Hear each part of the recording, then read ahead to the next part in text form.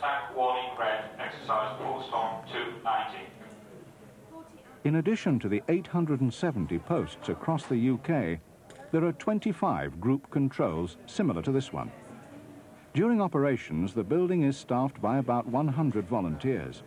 They are trained on one evening a week in smaller crews of about 30. 1350. Occasionally, a major exercise may require crews to work around the clock, when even tired observers have to close weary eyes. Bedford 10 and 15 clusters at standby. Clocks in, Bedford 17 post, 118, over. Bedford 41 post, over. Thank you, Bedford 6 cluster.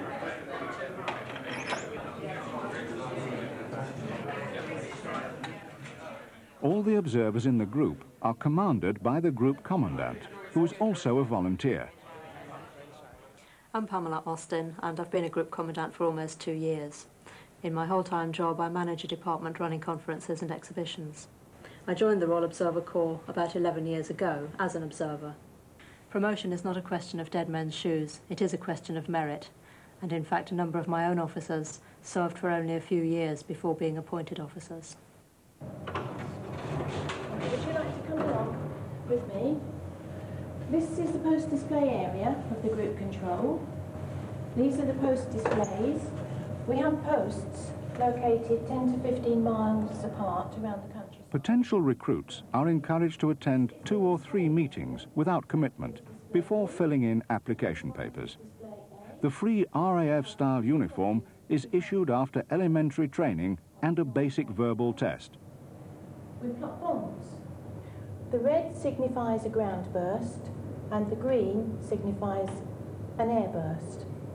Here we have a plume showing where the fallout is carried on the wind across the country, and we can then warn the civilian population within that area that fallout is approaching. My name's Edwina Holden. I work on the PR side for an agricultural engineering research institute. I think probably the main thing is that we all have a sense of achievement in being able to do something for the country. And when we go out on parades for church services, Battle of Britain, in our uniforms, we feel terribly proud. Almost anyone can join the Royal Observer Corps between the ages of 16 and 55, males and females, and may serve up to 65.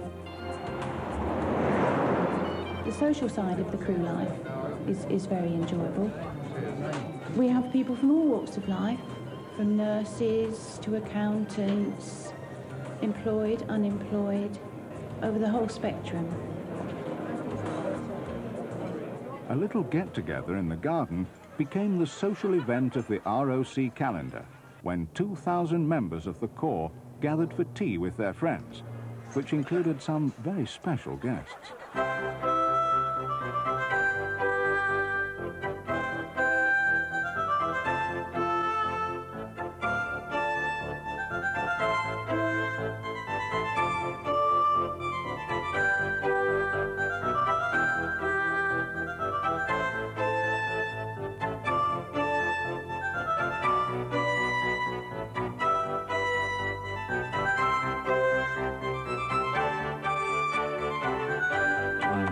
Testro. I'm 40 years old and I'm employed as a sales office manager for a company that manufactures and sells pianos. As a supervisor with the Royal Observer Corps, my main duties on normal training evenings are to train the new recruits to the Corps, but under operational conditions and on exercise, my duty station is the data centre supervisor. That involves taking messages from the teleprinters and relaying them to the plotters on the reverse of the displays in the main control room. I'm Wendy Merton. My full-time employment is a debt collector. I've been in the Corps now for 5.5 years, and things I like about the Corps, the comradeship. The work is varied and interesting, and there's also a very good social life. Anybody can join the Corps, providing they're aged between 16 and 55. We don't get paid for doing this. We're volunteers, but we do get out-of-pocket expenses. Monitoring posts can be well off the beaten track.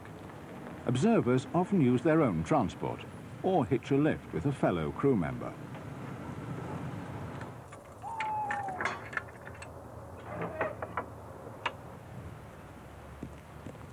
The village hall, local school, or a clubroom can often be the best place to train crews. Leading or chief observers conduct the training sessions in small, easy-to-learn portions.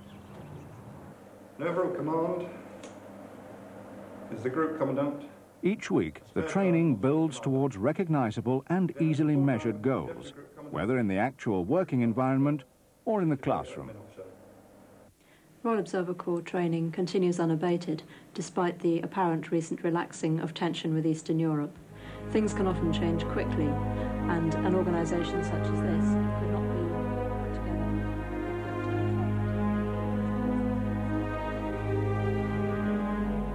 On the 10th of July 1991, the Home Secretary announced that as a result of the far-reaching changes in communist bloc countries, the threat of nuclear war had receded.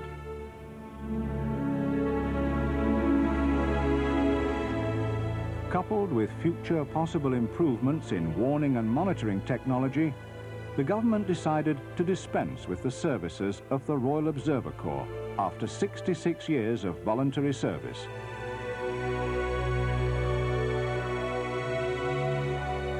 On the 31st of March 1992, the 10,000 members of the Royal Observer Corps stood down.